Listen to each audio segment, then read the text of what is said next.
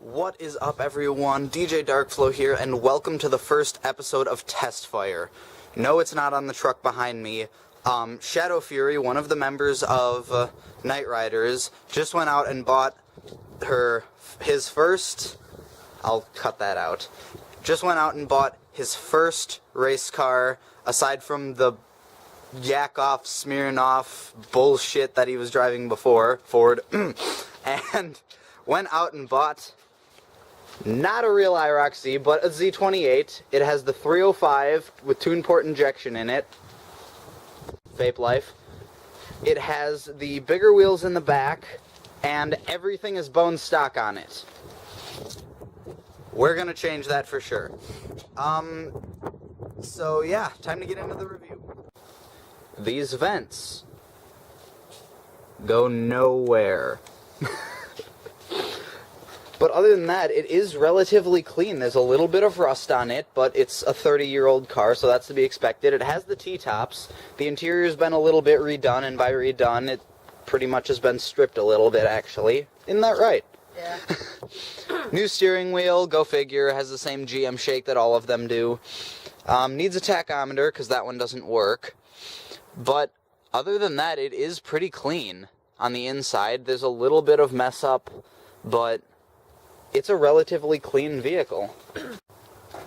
And the engine. This is not the 350 tune port injection. This is a 305, same as the Firebird. They are very reliable engines, and you can do a lot with them on a really good budget. It is pretty clean, actually. There's a little bit of rust, there's a lot of helicopters, but other than that, it is relatively clean. It seems as though there's some rust on some of the pulleys, but how long has it been sitting? A couple of years. A couple of years, okay. That's to be expected. I mean, the Firebird was sitting for 7 years in a guy's front yard, so... It was sitting in a garage. And this was sitting in a garage, so this is actually less rusty. Actually, he pulled it in the garage for like the last couple of months that it was up for sale. Okay, then yeah, it was sitting outside, but that's okay. Rust cleans off. It still has the smog pump on it, so it's probably at the wheel. Originally, from the factory, it was making 190 horsepower at the crank. So after 30 years and still having all of that stuff on it, it's probably going to be making about 160 to 165 to the rear wheels, being graceful. But it's still got a lot of potential. Tune port can be really, really worked with. It's a very clean engine build because they organized a lot of stuff a lot better. So it's definitely got a lot of potential. But now it's time to find out where the issues lie.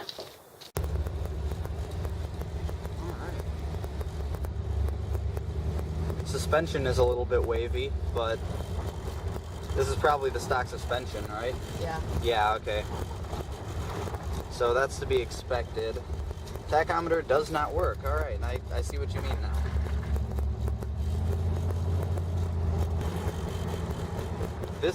It rides really smooth though. I mean, there's a couple of shakes. The dashboard is definitely shaky.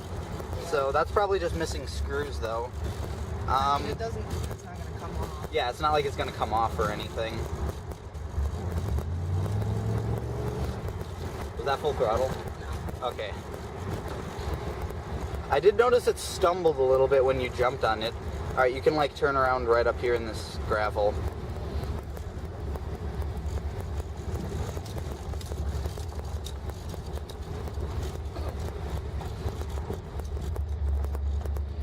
Alright, now what I want you to do is kind of like pull out, get her straight. Okay, now what you're going to do is you're going to press the brake in. You're going to need to 2-foot it here. Press the brake in and bring it up just a little bit. And then when you let off the brake, smash the gas. Ooh, it's definitely got the limited slip in it. Nice. Again, a little bit of stumble, but that can be taken care of. Yeah.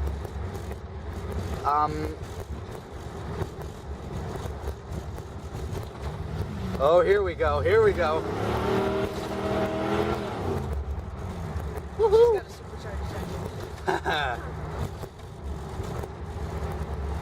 We are running now.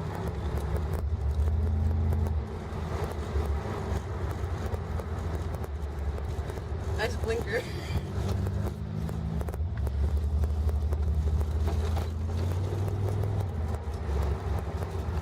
All right. Get him.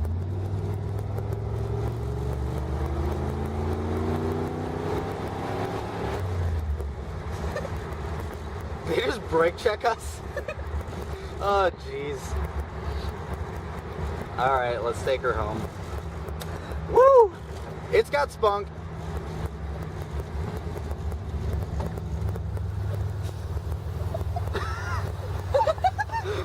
Surprise! Ooh. I just threw it in neutral to rev it up. Ah. Neutral dropping. How to extinguish your transmission very quickly.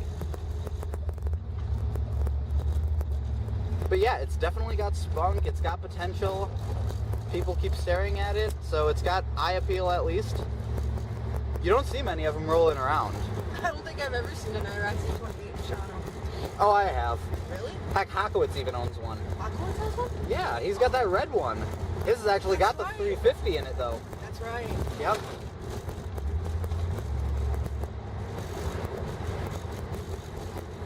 Have you checked any of the fluids in it? Yeah. Okay. Because it felt a little shaky on acceleration. That might be the throttle body. That might be the transmission itself. Let's hope it's the throttle body. Wow. Yeah, there isn't any steering wheel play, so that's good. And for everything being stock, it's got balls. People think you need ungodly amounts of horsepower, but 165 to the wheels is pretty damn good. A lot of modern cars aren't even making that. So this is a V8, correct? Yes. 305 V8, 90 degree, not 90 degree, but, well, yeah, technically 90 degree. Yeah, I just gotta fix these and stuff.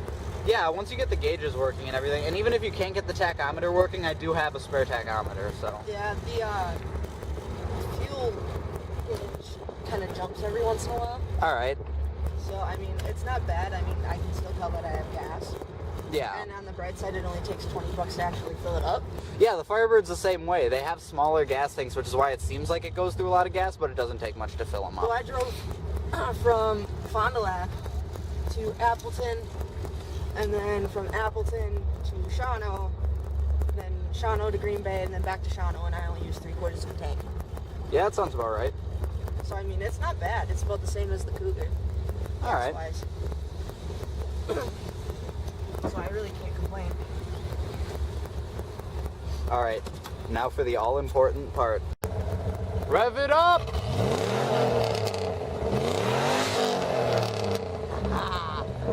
Oh, man. V8's for life. Alright, so just from riding around in it, definitely gonna need spark plugs and wires, that's a given. It probably is gonna need a new cap and rotor as well. If we can get through the fuel system a little bit, get some of that cleaned up, that's at least going to... He said that he replaced the fuel lines, the brake lines, and something else, I don't remember. Alright, fuel lines and brake lines are good. It's not going to fix all the issues. Most of the issues are actually going to be found in that throttle body itself. Yeah. The TPIs, the tune port injection, was actually famous for what was known as corrosion buildup because it was an aluminum setup. Yeah. But other than that, yeah, it's very clean for a 30-year-old car. It's definitely still got its spunk left in it, and hopefully we will be able to make more with it.